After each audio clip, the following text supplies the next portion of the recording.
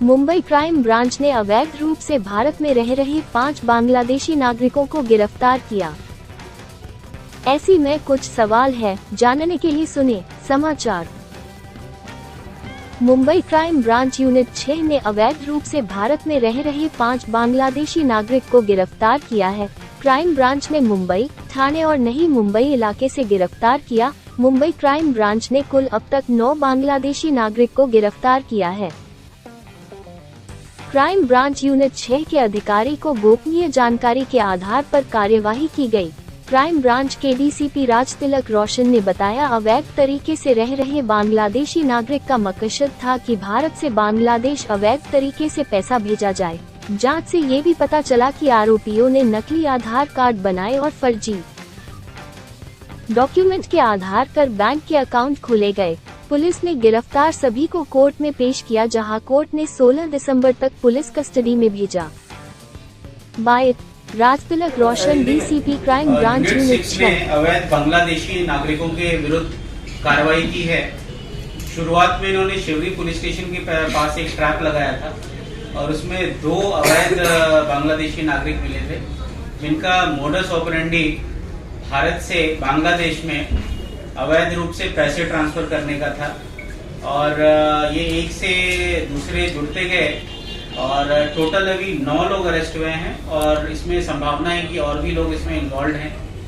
इन्होंने यहाँ आने के बाद बोगस आधार कार्ड बनवाया और उसके बाद बोगस डॉक्यूमेंट्स के आधार पर बैंक अकाउंट्स भी ओपन किए और उसके बाद यहाँ पर वो इंडियन सिटीजन ऐसा लगे और अपनी आइडेंटिटी छुपाकर ये यहाँ पर रह रहे थे। और इनको मुंबई से कुछ लोगों को ठाणे से और कुछ लोगों को नवी मुंबई से अरेस्ट किया। सर, कितना अमाउंट ट्रांसफर किया है बांग्लादेश में? इनका एट ए टाइम जो बैंक अकाउंट रिलेटेड है उसका इन्वेस्टिगेशन हमारा चालू है, बट जो इनका मोडस था इंडिविजुअली ये अलग अलग जो बाकी अवैध रूप से रह रहे हैं उनसे थोड़े थोड़े पैसे इकट्ठा करना और उनको बांग्लादेश पैसा भेजना होता था। तो एक साथ ये एक सब्सटैंशियल अमाउंट जमा होने के बाद ये फिर बांग्लादेश किसी के थ्रू ट्रांसफर करते थे। और मुंबई में सर ये काम क्या करते थे? इनका मेन काम यही था और बाकी ये छोटा मोटा कुछ न कुछ काम करते थे। तो पैसे कहाँ से आते थे सर इनको? इनका जो मोडस है पैसे ट्रांसफर करने का, उसी में ये कमीशन लेते थे। क्या किसी को ब्लैकमेल किया जाता था या फिर कोई ऐसे स्कैम हो रहा था, उसके जरिए उन्हें पैसे मिलते थे और transfer? No. They were transferring money from India to Bangladesh for the needy people of Bangladesh who were coming for some work in India through proper channel. Suppose they needed more money, or other people. Second part was other people who were from Bangladesh and who were living illegally in India, and they had to send money back to Bangladesh. So these people used to act as conduit. नागरिक बन के यहाँ पे काम कमा के फिर वो दूसरों को जिसको पैसा भेजना रहता था वो भेजते थे और उसमें वो कमीशन। मतलब इंडियन करके वो रहते थे मुंबई में। और सर इसमें कुछ टेरर लिंक बांग्लादेशियों से लिए जाते थे इंडिया में या एक्सटॉर्ट किए जाते थे और भेजे कैसे जाते थे? इनका भेजने का मोडस ऑपरेंडी आप बोल सकते हैं एक हवाला टाइप से है। यहाँ लिया और वहाँ फिर किसी से ट्रांसफर करते थे, ऐसा करते थे।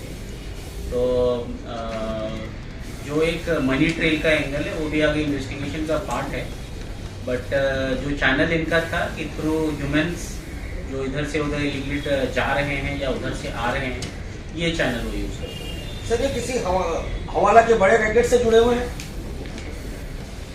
ये हमारे इन्वेस्टिगेशन का पार्ट है अभी, बट एज ऑफ नाउ क्या कर रहे थे, छोटे छोटे अमाउंट लेके कई सारे लोगों से, सब्सटैंशियल जब होता था तो किसी के थ्रू वहाँ पर ट्रांसफर करते थे और अकॉर्डिंगली यहाँ पे कोई आया उसको ट्रांसफर करते थे। सर कितना पैसा बांग्लादेश में भेजा? बहुत सारे लोगों का तो लैक्स में बोल सकते हैं, लैक्स में इन्होंने किया है। एग्जैक्ट अमाउंट में अभी आपको नहीं बता सकते।